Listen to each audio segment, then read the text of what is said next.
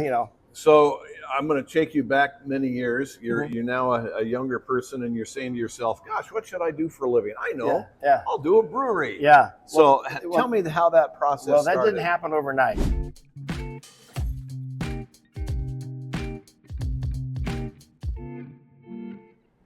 Hello, everyone. Gary Raze here from Eugene Spotlights, and today I have the great fortune of introducing to you Mr. Stephen Such from Falling Sky Brewery.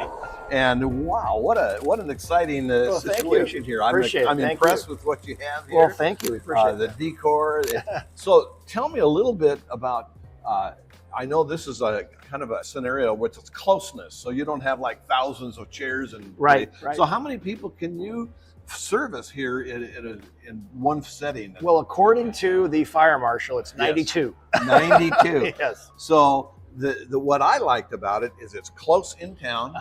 It's easy to get to as long as they know where the parking lot is. Absolutely. And also it's kind of I don't know, kind of family oriented a little bit. Yeah, we like to make it cozy, you know, with beer and good food, and make you feel full when you leave, and make sure you know where to find us when you come back. Well, Stephen, you brew your own beer. Is that accurate? Well, I don't, but my brewer Scott Sieber does. Yeah, so yes. Scott, we do it all in house. We do a lot of our own meats in house. We cure our own meats. We have a variety of beer that we make. We make our own house sodas as well, and our bartenders actually do a lot of juicing for unique cocktail options at the same time. So we try and keep things fresh and fun, and always changing and evolving too. Well, the story out on the street is you actually won a gold medal. Is that correct? It wasn't for running. Yeah, I know it wasn't for running. It was not for running. No, we actually won 5 gold medals this year. Oh my gosh. Yeah, we won with our our Stormwalker Irish Red, our Japanese Lager, our Hanzo, our Upside Brown, our Space is the Place Schwarzbier, and also our Spruce Banner, which is a beer made with spruce tips. And so those were our five gold medals this year. Yeah, very proud of that. That's a wonderful accomplishment. Thank you. I know that it's like all kinds of things that start out. We're known for breweries around here, and a lot of people have started their own breweries, and some have fallen away. You've been able to survive. Well, it's been tough. I mean, COVID changed a lot of things. Yes. You know, and I think there's a little bit of impact that experience happened. You know, I think costs have gone up, you know, labor has gone up. And so expenses keep climbing, and you have to navigate that, adapt, change. You know, we've been fortunate, but we're not immune to these challenges. And so we just have to keep on keeping on and finding ways to innovate and still grow and be productive at the same time. Well, it sounds like you've done a lot of growing simply for the fact that you have the meats that you're curing and all those kind of things. That's unusual.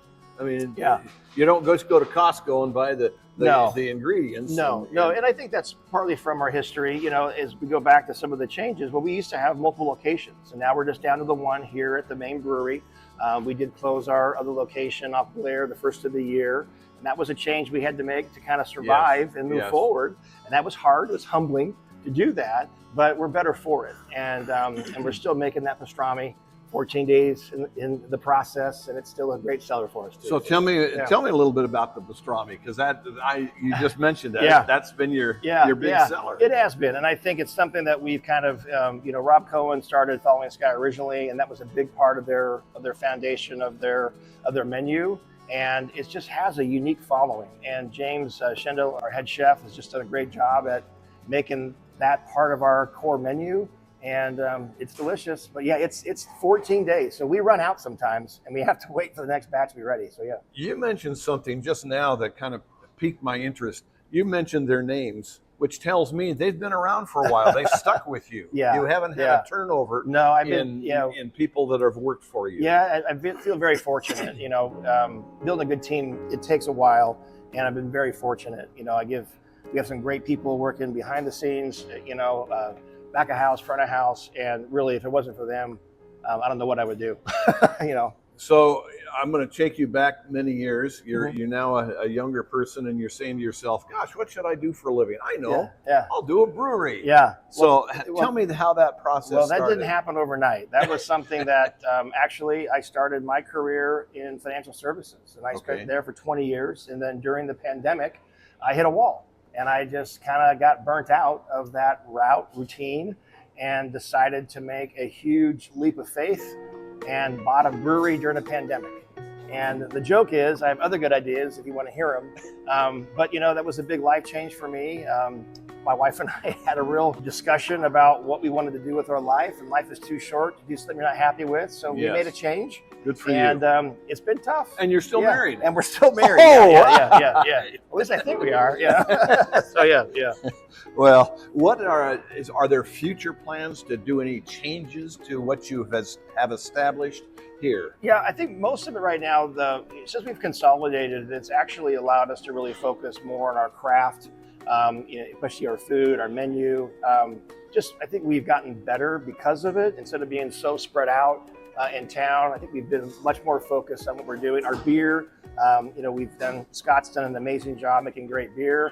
And so our next phase is really to get beer sales growing outside of our core market. When I say core market, I'm referring to the Willamette Valley. Yes. We're hoping to grow more in Portland, in Southern Oregon, coastal ranges. And so we've got some plans in 2025 to sort of expand in our reach with our product. And that's kind of the next phase of what we're doing as well. And catering too. Catering's been a big arm for us also. That's good to know. I want to go back to that catering in just a second, but let me reach forward just a little bit. So your expansion, how and who are you going to incorporate to do the selling of your product? Yeah, so that's one of the areas. I mean, unfortunately, I don't cook and I don't brew, but I'm a pretty good salesman. And so I do spend a lot of my energy on the sales side. We do have a sales team as well that works with us. Good. We have to add a couple new bodies.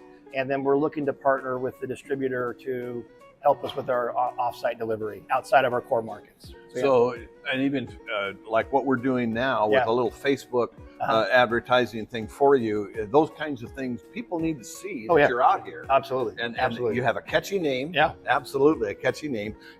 Your decor, which we'll show our audience here shortly, is just, it's great ideas. Yeah. So you have a lot of good things going here locally, but to expand, that's a leap. Yeah, well, it's building on some of our strengths. Our draft beer sales, we actually just need to grow. We have a pretty good core accounts in Portland right now we work with, but we're limited in how we can expand beyond who we're working with right now. And so that's a strategy, just to be able to add more stops and make more sales up there.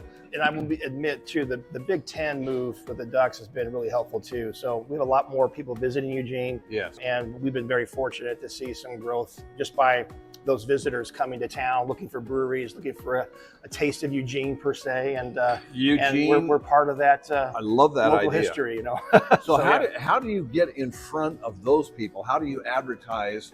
Because we're going to continue to be a product, so to speak, with our sports. Yeah. With the track programs and the basketball and all of that, we're going to continue to get people coming to our area. So how do you get your name out there compared to all the other breweries? Well, it's tough, and I think one thing we do is we do make a beer that we call it our yellow IPA, which is our Oregon Duck, kind of tribute beer. And then on top of that, we have a lot of strategic things we're doing within Google and ads and promos during those peak times. Yes. To try and, if someone's in town and they're on their phone, you might see a Falling Sky ad appear out of nowhere, and that's intentional. Of course. We're working toward those things, and we're branding ourselves with the Ducks a little bit. I like that. We do partner this last 2 years. We've been very fortunate to also be.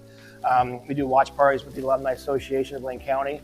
And so that's been great to be part of that. I'm an alumni myself of U of O, so aligning with them.